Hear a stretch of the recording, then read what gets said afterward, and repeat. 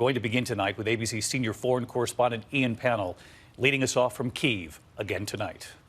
Tonight, Armageddon is how the mayor of Mariupol describes the relentless siege and bombardment of his city. Officials there say it's being shelled every 30 minutes by the Russians and that most of the targets are in residential neighborhoods. The situation is awful. Russian army continues to do airstrikes, air bombing, artillery shelling. An overnight missile strike on Mariupol's emergency services centre reportedly cut one of the last lines of communication to the outside world. Along the coast in Mykolaiv, the mayor claims Russians have been using cluster bombs, which disperse bomblets over wide areas. While the UN stopped short of saying Russia's committed war crimes, it is now saying it's received credible reports of Russia using cluster bombs in populated areas like Kharkiv. The deliberate use of these weapons on civilians is a war crime.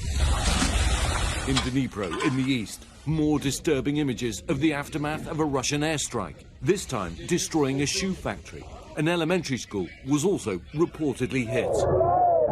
Even in cities that have fallen, there's still popular resistance. In Melitopol, residents have been protesting the occupying Russian forces. The mayor has been insisting publicly the city is still part of Ukraine. Today, an advisor to Ukraine's president claims this video shows the kidnapping of the mayor by a group of heavily armed Russian troops. Russian authorities tonight saying they've opened a criminal case against the mayor on charges of aiding terrorism. Despite the dire situation in many parts of the country, there are ominous warnings today of how much worse it could get. Amid fears, Russia might stage a chemical weapons attack in the country. The World Health Organization's urging Ukraine to immediately destroy pathogen samples in labs because Russia's war in the country risks an accidental spill.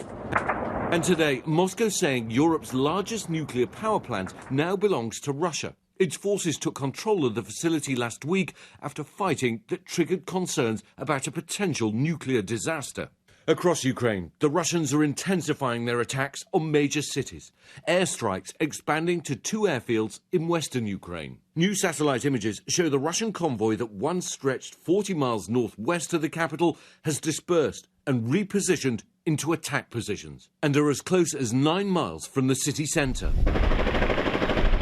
There's been intense fighting near the outskirts of the capital. We've just seen what we think is an air intercept.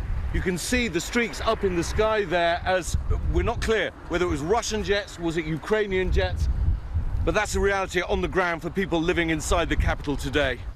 Ukraine's President Zelensky said today the country is reaching a breakthrough moment and is heading towards victory, but that may seem like a dream to many here. We're seeing hundreds, thousands of people now fleeing frontline towns. Most of these people are from the town of Bucha. They've been hiding in their basements, caught in the middle of the bombardment. Some are saying they've seen Russian tanks and armoured vehicles inside their village, and they've left with what little they can carry, many of them waving white flags to signal that they're civilians and shouldn't be harmed. Katerina Sapsai managed to escape from Bucha with her grandmother today before it got too late. Surrounded by the Russian army, the town's been bombarded since the start of the invasion. Being without water and electricity for almost 7 days is not fun, so we decided to evacuate today. Yeah, and is there much fighting going on there? Yes, you can actually see a lot of Russian tanks and explosions. Like, you go to bed every day with explosions. You wake up today at 5 a.m. I woke up with the sounds of explosions, so yeah, not fun. Her grandmother, Katerina Romanivna, has lost her home, left her village, and is out in the cold. But incredibly, accepting the uncertainty of her future. How do you keep your spirits up?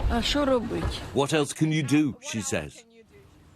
The resilience of the Ukrainian people. Ian Pannell joins us again tonight from the capital of Kyiv. And Ian, Russian forces obviously relentlessly raising the pressure on the capital. Where do things stand tonight? How close are they? Yeah, I mean, I think the Kremlin has troops about 9 miles to the northwest of here, and although they haven't pushed any closer for days, US officials are seeing rear elements moving up to support them. And to the east of here, we know that they're about 15 miles from the city limits. Now, I don't think they've got enough troops in place to encircle the city completely yet, but taking Kyiv is clearly Putin's primary objective, and it feels like the net is starting to close in tonight. David? Ian Panel and our team there in Kyiv, incredible reporting again this week, and we so appreciate it. Thank you, Ian. Hi, everyone. George Stephanopoulos here. Thanks for checking out the ABC News YouTube channel. If you'd like to get more videos, show highlights, and watch live event coverage, click on the right over here to subscribe to our channel. And don't forget to download the ABC News app for breaking news alerts. Thanks for watching.